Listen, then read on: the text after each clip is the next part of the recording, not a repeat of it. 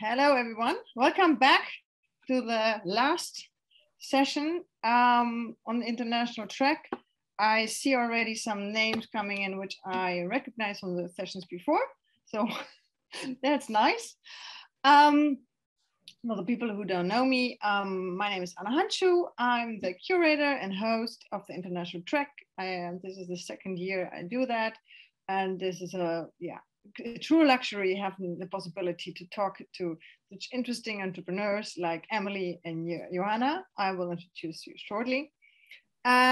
This session is all about fashion as a service towards a circular net zero economy, which is, as we all know, an extreme challenge, especially since the fashion industry is, I think, number 2 of the polluting industries, or number 3, so directly after oil. Therefore, I'm really happy that Emelie and Johanna joining us today for this session. Before I forgot this, please put all your questions in the chat, and I'm happy to take them from there. Okay, welcome. Let me introduce Johanna Norrman, 20 years of experience, started as a store manager. Afterwards, she was in buyer roles at H&M and later on at Arquette. Then in 2018, she founded It's Release together with her co-founder, Annie Torell, which has a background in tech. Actually, she's an engineer, not only a background in tech. And we have also 2 people in the waiting room. Sorry for interrupting.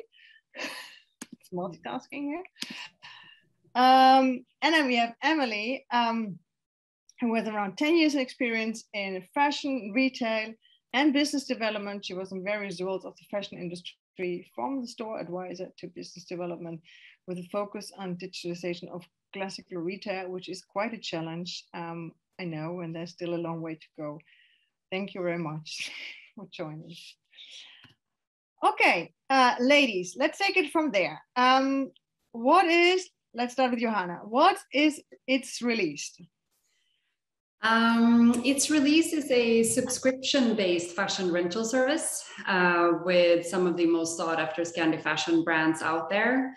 So what we do is make it possible for the customer to rent the parts of her wardrobe that she would otherwise only wear a few times or possibly even discard completely within a year or so. In a nutshell, that's what we're doing. And it's subscription-based, right? We're subscription-based, so it's a monthly subscription. You get 3 items delivered to your door that you pick and choose as you like online with us. And after a month, you can choose to either keep some or all, or exchange some or all. And we then come and pick up and deliver your next month's selection. And then we take care of the washing and mending if needed, and make it available for the next subscriber really to rent instead. Okay, and is it basically delivered by bike? Because talking about footprint, this is of course the next crucial question. Great. So it's with the majority is fossil-free deliveries. So it is by bike or electric cars. But that we have chosen to only be in really larger cities with high population density so that we can control that as much as we can. But at the end of the day, it is our delivery partner that makes that judgment. And we're not yet in the position where we can demand from them, although it is a ongoing discussion at all times. I can imagine, yes. All right, so basically you copied the logic of the fast fashion industry and you turned into a different business model. Well, that's one way to put it. But so, today we're talking a lot about how the average use of a garment, it's down to 7 times. We buy twice as many items today as we did just 10 years ago, but we're using them for half as long. So what that in effect means is that the customer is already rotating her wardrobe, but just doing so in a way, and also the industry has, we're churning out 100 billion garments a year, the fashion industry. So we've gotten used to plenty at low cost. And to rather, so like our thesis is very much that we don't want the consumer to necessarily change. We just want to give her a better option to really access the variation that she might need for, you know, dress code at work, or by all means just expressing herself through fashion, because that is indeed what fashion is all about.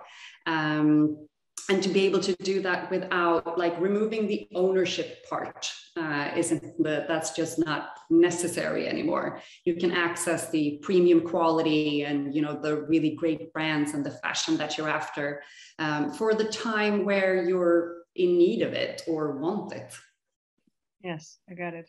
So so basically you're still just changing the game, but of course making use of, well, that you can use the item as much as possible. Of course, I'm curious, how many, I mean, at least on average, can you say how many times is a garment used? Is it rented? With us? Yes. So we have inventory that has been rented out consistently for anything between 20 to 24 months. Consistently so, and during the month that our garment is with the subscriber, she's using it for already twice as many times as it would be used on average on a lifetime hanging in someone's wardrobe. So already there, we're actually changing the game quite a lot. Okay, that's impressive. Okay, interesting. And then before I go to Emelie, I'm curious, like I know, of course, from the preparations, but share with us, how did this idea came up? What was happening? Because at the time you were working at Arket, I think some of in the audience know Arket. What was your concerns, and how did it then evolve into this business idea? It was years of feeling the urgency. So as you said, I've spent almost 20 years within the fashion industry, and the common thread throughout my entire career has been like, if it was in retail, I was battling overstock. As a buyer, I was, you know, placing massive quantities and large volumes to be able to even reach my margins. As a product developer, I was increasingly frustrated with how we've not yet reached a point in our industry where we can use sustainable materials or recycled materials at large. So those 100 billion garments that I talked about, 97% of those are produced in virgin resources. And, you know, it's alluring to think that, oh, we can just start recycling materials and we'll be fine. But in reality, today, that makes out 1% of total production of all clothes. So we're not there yet. We're not at the scale that we need to be, and it's taking way too long. So that urgency was quite pressing on me. And we were talking a lot. This was around 2015, I think. We were talking quite a lot within the industry about how the usage of garments, how that had decreased, and very, very much talking about consumer behavior. And for me, that meant that we weren't actually meeting the consumer with what she actually wanted. We weren't solving any issues for her. We were actually just creating more problems. She wasn't satisfied. We could clearly see that. But then again, we were also as an industry struggling on all ends, kind of. So what happened was I started thinking, what would happen if we started renting those parts of our wardrobe? So the original thought was very much, okay, so let's just make, you know, let's all agree that we're going to own our staple wardrobe. You know, we'll invest wisely in the white shirt, for example, or the black blazer, or the denims, by all means. Like, make sure that that's where we invest the money.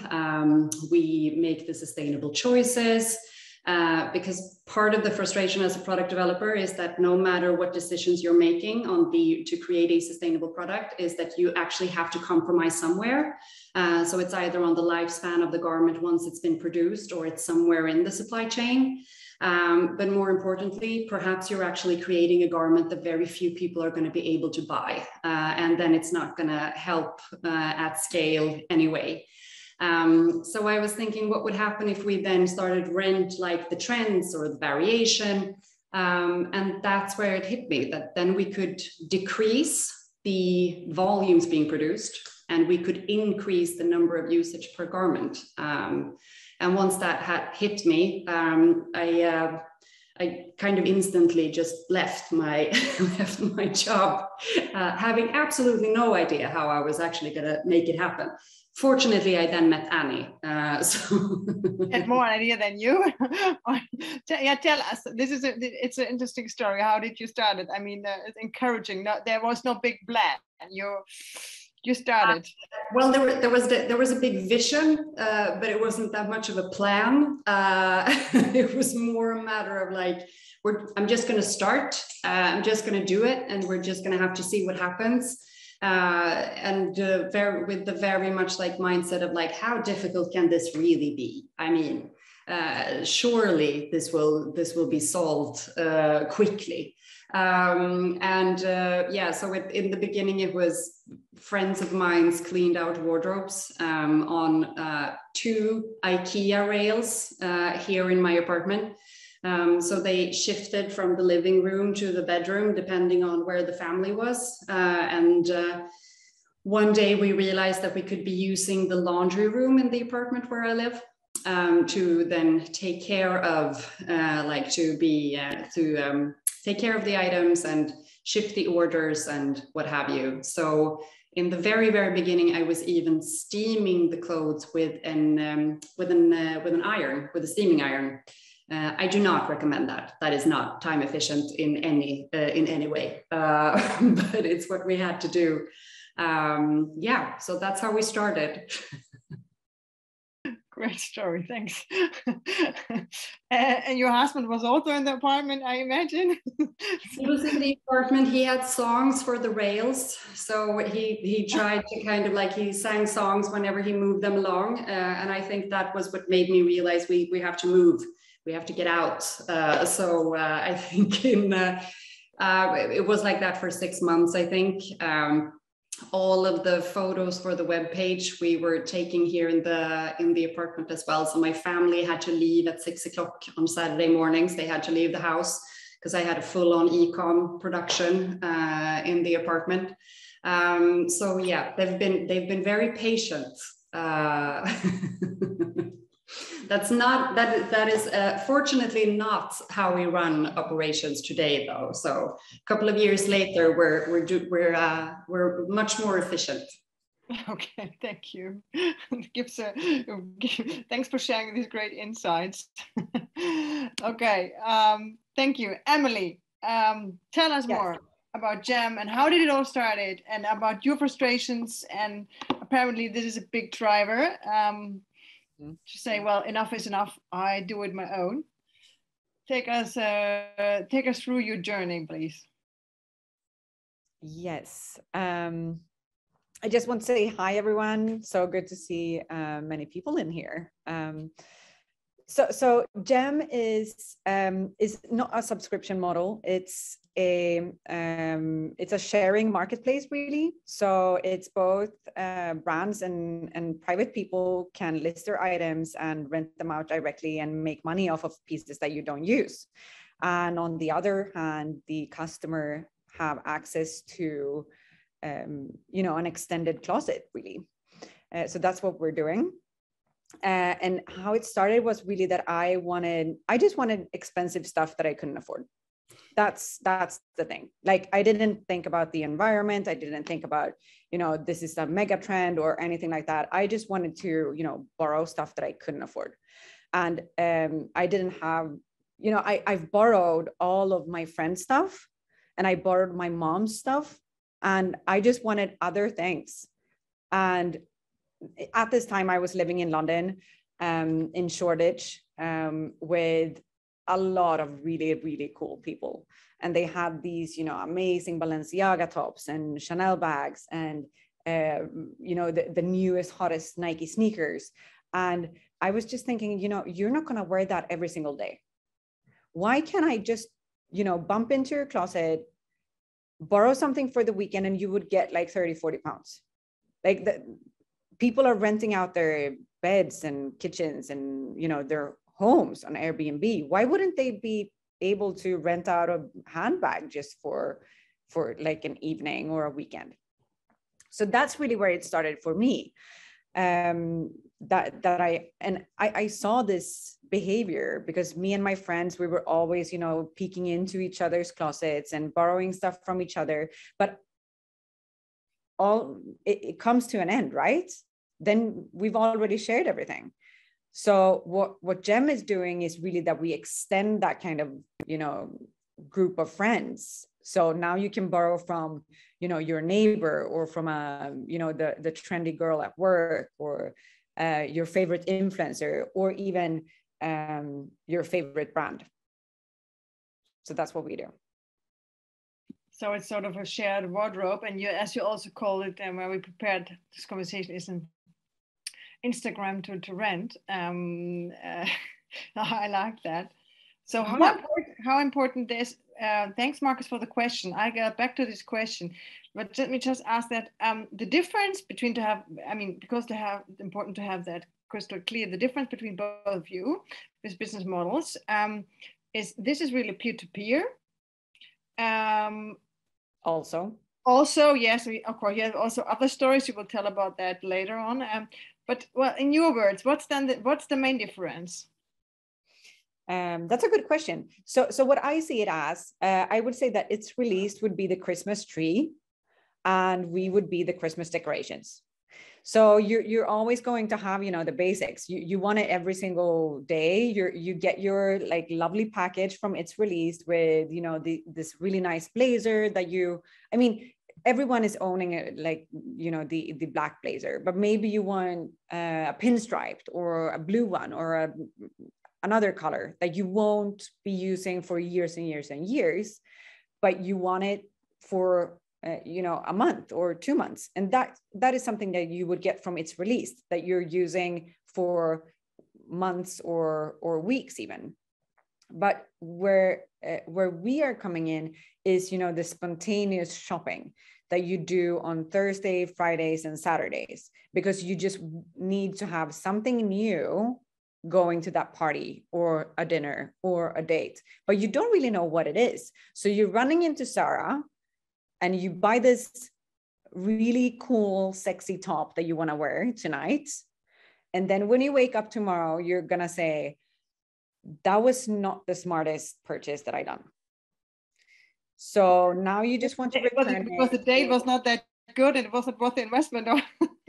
Yeah, I mean, you probably had like an amazing night in that top or dress or whatever you bought, but now it's already used and you don't want to use it again. So where we are coming in is that you want something instantly, because with Gemme, you can book it today and you would get it tonight. So, I mean, we just got a booking and I know that this customer is going to have those earrings by, you know, within 2 hours, because it's already in someone else's closet. So it's just going to go from one apartment to another. So it's instant satisfaction, while It's Released is something that just keeps coming. Right? Yeah, I agree. I love the Christmas tree analysis, Emelie. No, but I agree. Like, It's Released is really aimed at women's everyday life. So to really support her in her everyday needs. We also support her, obviously, with like parties and anniversaries and weddings and what have you, but most definitely I think that we are a fantastic complement to each other, and absolutely also just like assortment wise and when do you want to wear it and what is it that you're wearing, for example. Yeah, Interesting. I mean, it's really complementary also in terms of brands, as far as I have seen that. So that this is also complementary. One question, Emelie. So, I mean, same day delivery, this is of course awesome. In terms of service, in terms of environment, it's less. How do you get this done? I mean, is the owner then bringing it on the bike to the person who wants to rent it, or how is this working? Yeah, so you have two ways. Either you meet up, that's for free. Then you would agree, like either you as a renter have to, go over to the owners, because the thing is, it is absolutely sustainable because we're working globally, right? So it's only city by city. We're not shipping things from Stockholm to Gothenburg or from Stockholm to Copenhagen or anything like that. It's like if you are in Stockholm, you rent in Stockholm. So every single delivery can be done by bike. Everyone. So what you do, you choose as a customer, either if you want to meet up, that's for free, or you would get it delivered. And then we would send a bike, and then you go, you take the bike home to the owner and pick it up, and then you repack it, and then you get it to the renter. Right. And what is that then we have three questions in the chat. One last thing, and how what is the option which people choose the most? Actually meetup. 80%. 80%. Yeah. Wow, that's high. Nice. That's telling also to like the community that I think that rentals speak to a lot, like the shared wardrobe kind of experience that I see a lot in our community as well. Yeah. So that's nice to hear. Yeah, it's lovely. But also, asterisk is it's been summer. So just wait until it gets snowy and rainy. I don't think that people are going to meet up. Then, but they'll wear wellies, Emelie, and they'll do that's true. That's true. Great. So, but that's interesting, because you're not only saying it's Instagram to rent, but there's also this social aspect, which is was my assumption, is driving sales here. Well, let me get to the chat, because there are three interesting questions.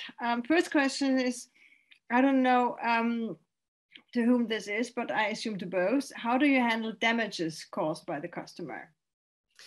I can start. So over the past, it's two years, something like that.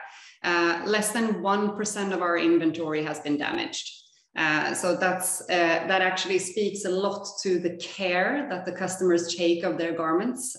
They do take it very, very seriously. It's almost like they understand that like someone else is going to be wearing it after me. But otherwise than that, we do take care of the mending if needed. We have yet to encounter anything that we've not been able to, amend or at least do something about. Obviously, that's going to change when we scale and grow. So the aim here is that we're already in dialogues with the different designers and different companies who are then upcycling garments and remaking them into new ones or into something else. So that is very important for us, that's where it ends up, because we want to be 100% circular in that sense. Thanks. And Emelie, how is that handled on your side? So it's a bit different for us since we are not owning the inventory. So what we have covered is a micro insurance that kicks in for every single rental. And also here is the community vibe. Like people are taking so good care of the products that they're renting. So I think that we had, one or two insurance cases. And one was actually she lost her luggage on a train, so couldn't be much done about that. And one damaged product. So that is completely between the users or the members. So they would have to take care of the insurance kind of dialogue with the company that we're working with. Okay. So this is sort of an. Can you even have an sort of a track record in terms of reputation as someone who is renting and leasing? Do you see that? Yeah. I think. Yeah. So you rate each other after each rental. Yeah. Yeah, makes totally sense. So this is also sort of a currency in a way. Yeah, kind of. Okay. Well, then second question is, how do you handle sizing? Do you record the measurements of each customer and then give them clothes to choose? How do you make sure the customers have clothes that really fit them? So in our case, then we do partner with the brands. So we're like very much of a wholesale partner to the brands, meaning that we can provide a full size curve in each brand. They're also very familiar to our community. So most likely you will actually know what size you're wearing by Malene Birger or Rodebjer or what have you.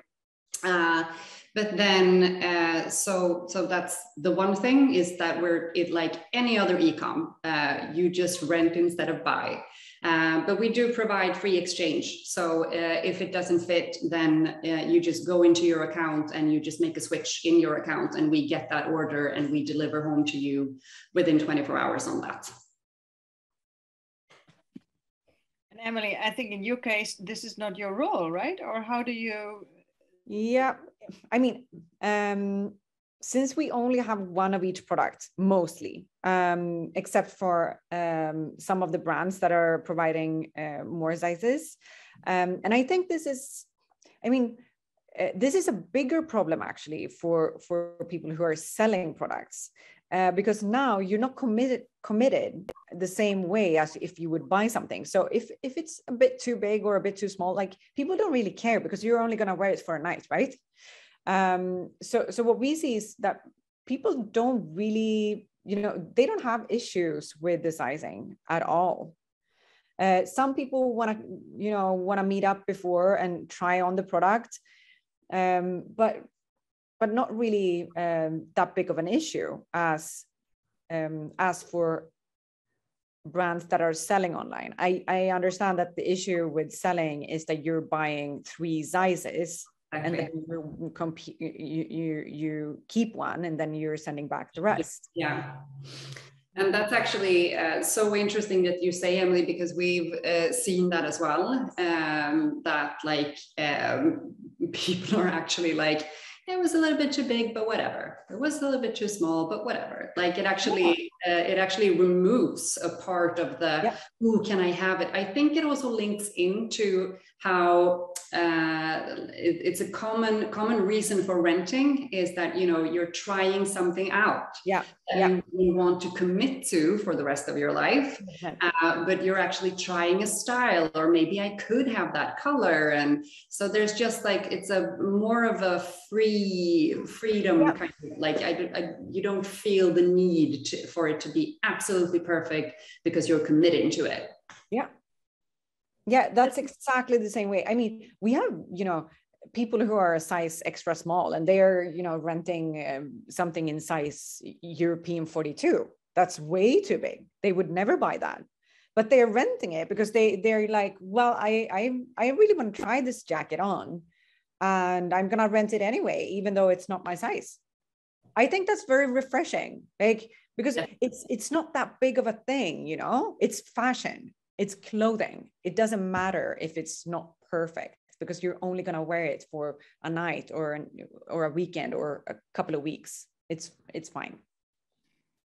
So both basically saying, well, we do not have the intention to change behavior, but at the end of the day, you're changing behavior. Definitely. That's absolutely happening. Great. Hey, and then I think it's a question to you, Johanna, and on the storage. I mean, it's not in your apartment anymore, so it's not. We could absolutely not be in the apartment anymore. So I understand the question. You're seeing the So the vast majority of our entire inventory is consistently with our community and with our subscribers. So what our space allows is for the clothes to come and go. So that's important to understand. But yeah, so we do own the inventory, and we do have our very lovely space for that today. And thus far, it's not an issue. It's a yeah. Okay. All right. There's a clear answer. Then I just continue because I was wondering that too. It's a good question from Andrea in the chat. In light of COVID, what did you have to adjust? For instance, I mentioned, did you need more storage because people didn't go to the office? So, I mean, they still need clothing, but different one. What did you need? What did you have to adjust? Well, we couldn't continue buying as many trousers as we had bought before. We needed to stock up on tops and shirts and blazers. So I say this very humbly. We've been very fortunate throughout the entire pandemic, and we've of course had to make some adjustments according to the restrictions in the Stockholm area. But we've always been digital first. The team has always been able to work remote. So we did that long before that was something that was demanded by workplaces. So, and I understand that this sounds almost like I'm not being truthful, but very little adjustment was needed. So we've been very, very fortunate and lucky, and we have incredibly loyal. We have a very loyal community that stuck around. We've even received emails from a lot of our subscribers who said that, like, this is what I'm treating myself to during COVID, and that it was even like the light of the month, getting that exchange and getting some, fabulous Stine Goya dresses to be wearing, perhaps just at home, but still, because that's what fashion does, right? It does affect your mood. It does affect how you feel. It affects how you walk out into the world, even if you're not necessarily walking out into the world. So it's I say it, like I said, very humbly, we had to make very little adjustments, which I know is not the case for a lot of other companies, of course. Yeah. Okay, thanks, Emelie. And how was that with you? I can imagine that the personal contact point was not the preferred one, or am I wrong? I mean, Sweden was also different in the pandemic. Well, I can tell you, I'm living in the Netherlands. The Netherlands is also different. So tell us, how was that? Yeah. I mean, it was different, but since we are kind of occasion based, I mean, you're not renting something for a long time, you're renting it for a night or a weekend. I mean, our most popular kind of rental period is 3 days, so that's a typical weekend. So COVID wasn't good at all for us. It was terrible, actually, and we just had to focus on other things, because we didn't want to promote people to, rent. Why would you rent a beautiful dress in order to sit at home? Like, if you didn't have the subscription already, because I totally understand, like, Johanna's customers and its release community, but you wouldn't go to make a conscious choice to rent something over the weekend to do nothing. So what we did was really, when the restriction were starting to ease and you could be 8 people, then, but the restaurants and everything like that, it was still closed. So we started to have our own community events in our showroom. So you could go here, 8 people at like tops. And you could, have some bubbles, and you would have, like, we would order pizza and they would play dress up here, just to do something with your friends. And that was very, very needed for the whole community. And that became like a really important part of our growth strategy. That is something that people still want to do. I mean, every single restaurant and even the clubs are open in Stockholm, but people want to be here. They want to do like a pre-party here. So they come here, they have some, snacks and bubbles, and they play dress up, and then they hit the town with these crazy outfits. So it was actually a good thing coming out of it. But the situation with COVID was absolutely not good for us. Okay, thanks. Interesting that you actually you invented a strategy which turns out to stay and perhaps even creates fuss. Yeah, you have to get creative. You know, if there are no things to do, you have to create things to do. Yeah. I have another question coming in from Svetlana. You have to have these classical pieces a high amount of very fresh new collections. What are you doing with older 2 season ago collections? I think this is for Johanna. Yes, this is one of the most exciting things I can talk about, because from the very beginning, I had a thesis that trends and seasons wasn't actually relevant to the consumer. It was just relevant for us within the industry. And now we can definitely say that all our data supports this. So we do carry news as we are consistently working together with our brands to like provide the latest collections. But we keep all of the collections, and that is a demand from our side that we shouldn't have to like get rid of collections once they have disappeared from perhaps the brands, what they are showcasing. So what we see is actually that the demand for perhaps something that would be labeled as a very high trend, it doesn't go away, it increases. So this obviously helps our margins quite a lot, which is why I'm very convinced that this is the future for the entire industry. And in fact, it's only so, for example, new subscribers only find us, like it's only 30% of our selections going out that are news. So 70% of our inventory leaving are old seasons.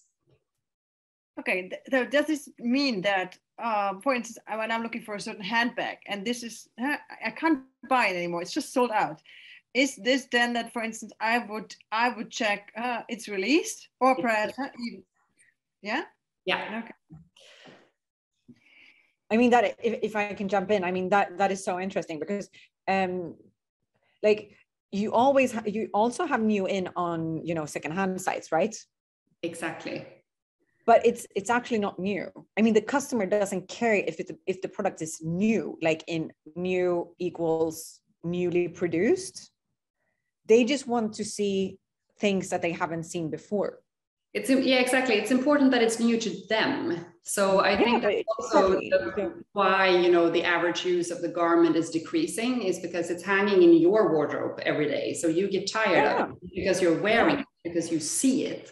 And that's very much, the times that we're in with, like, you can't compete with that. You're constantly getting new information and new inspiration. So everything that is hanging in your wardrobe is going to look very like old and dull much quicker than it did just like 10 to 15 years ago. So as long as it's not hanging in front of like the customer's eyes, it's as long as it's new to her, and I also think that like relevant to her. So fashion industry is releasing autumn collections in July. We're all on vacation, like we don't want to think about fall, but that's when fall hits the retail floor. But if it would be shown to her in perhaps October, November, then she'd be much more inclined and interested in the garment. But now she's seen it for months because it was alive in July. And so I do just think that it's like, if it's better fit to where she's actually at.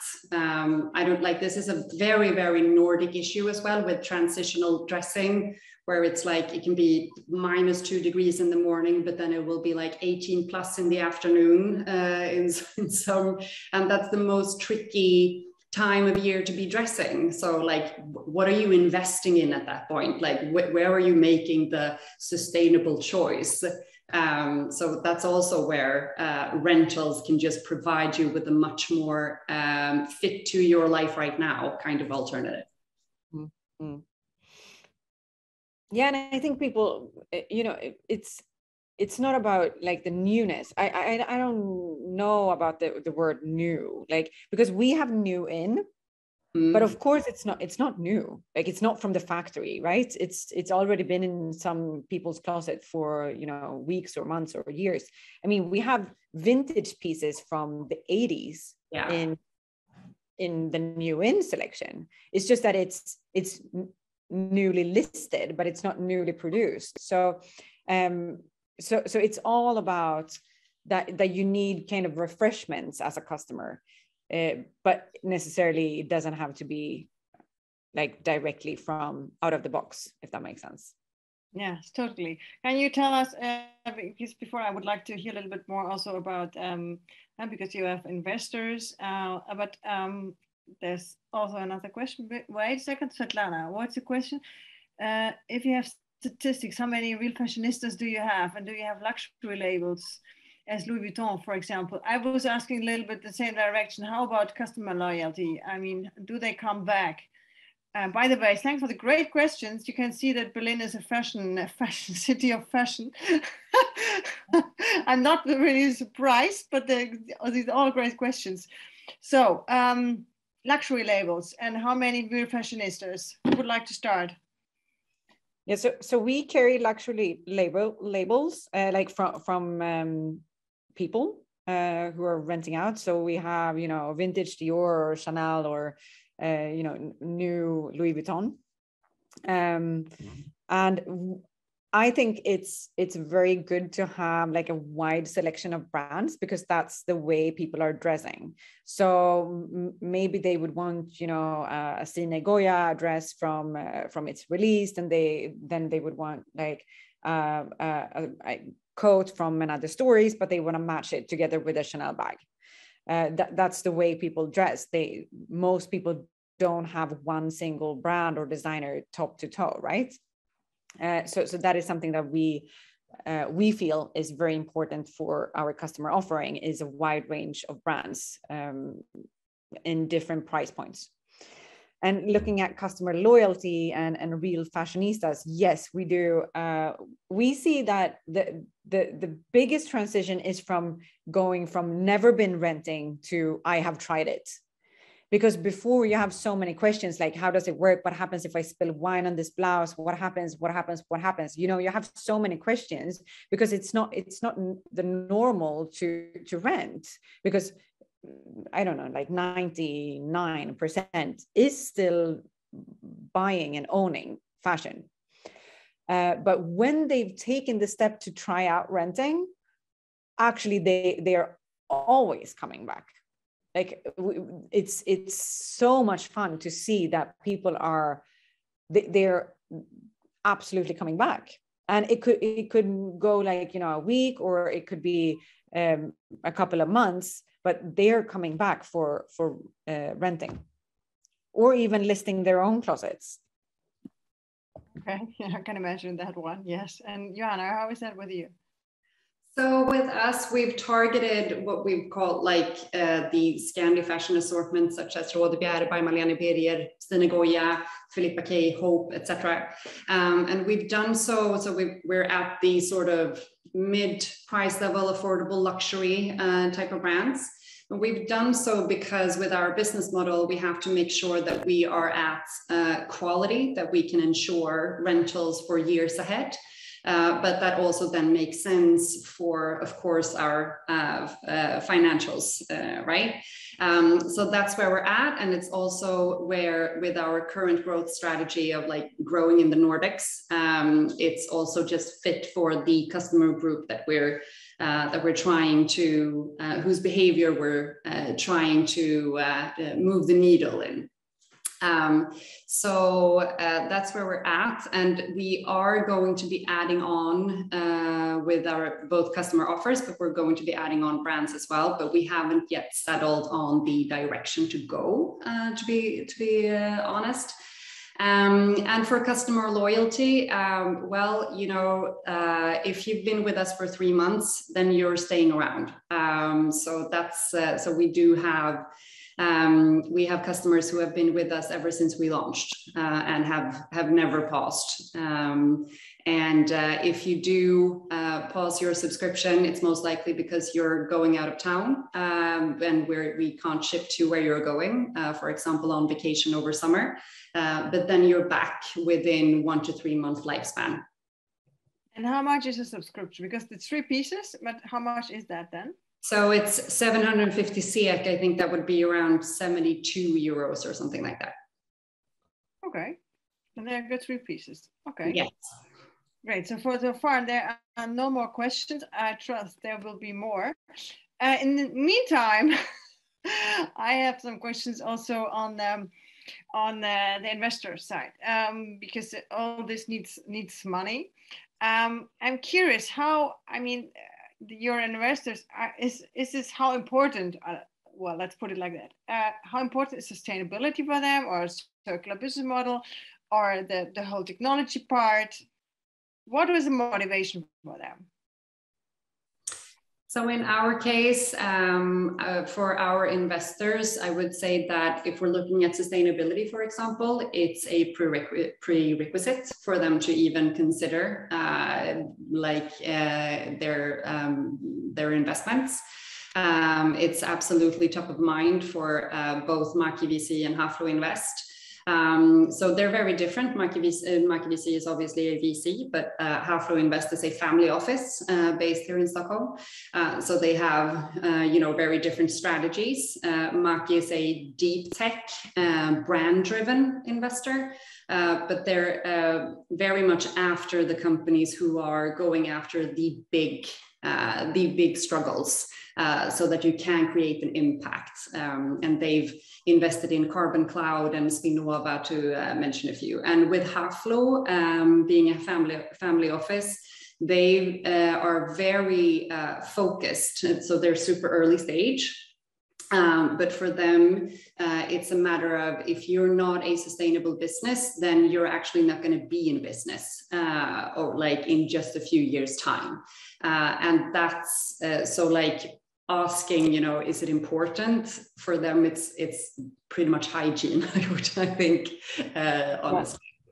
Yes. Okay. So it's really mandatory. So that's good news. So I think for the audience, so we left the non-mandatory CSR element, and we moved towards integration to the business model. So I think this is good news for everyone, and means there's hope.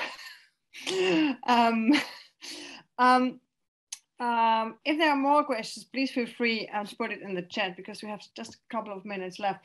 I would like to stick a little bit with business model also, and I would like to hear what your ambition is. I mean, how do you see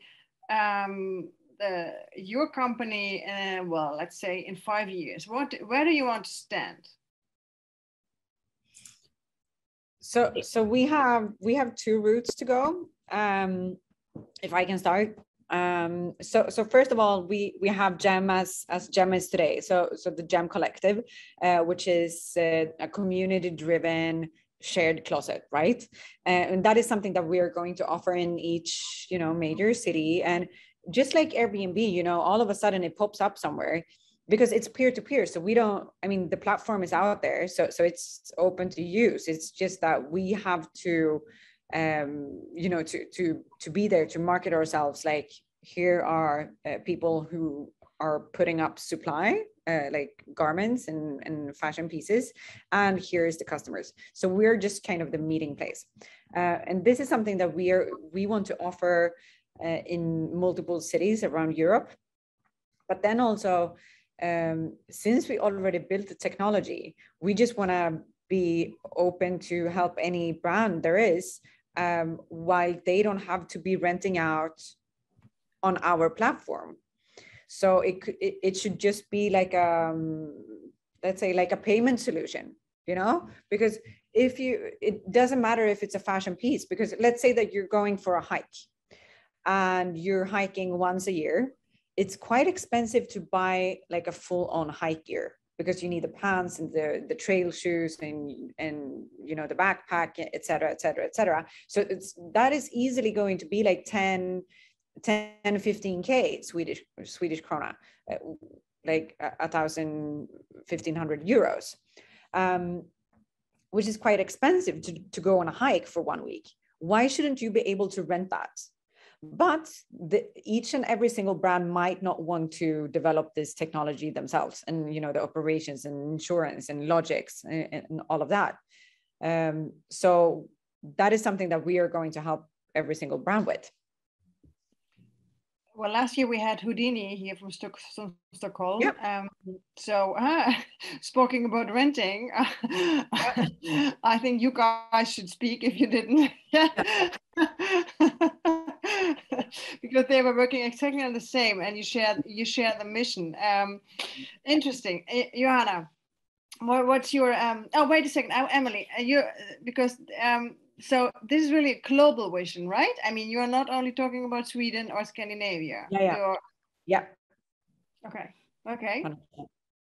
Aim high. Yes. Johanna. Yeah. Well, pretty much the same. We are aiming to be market leaders within our segment in the Nordics by 2023. And at that point, we are going to expand out into Europe. We're hoping to be market leaders in the European market by 2025. And at that point, it's just going to be a matter of what will be the next steps from here. Is that, you know, we stay here and we are profitable, or is it expanding to the US because that's where the market is hot for our particular offer, or is it the Asian market? So that's the plan, definitely, to shift consumer behavior at its core is what we're doing. And can you imagine also to extend it to other elements? Like, I mean, now you have really typical iconic Scandinavian brands. Did you already consider to integrate other elements, which is more about Scandinavian design?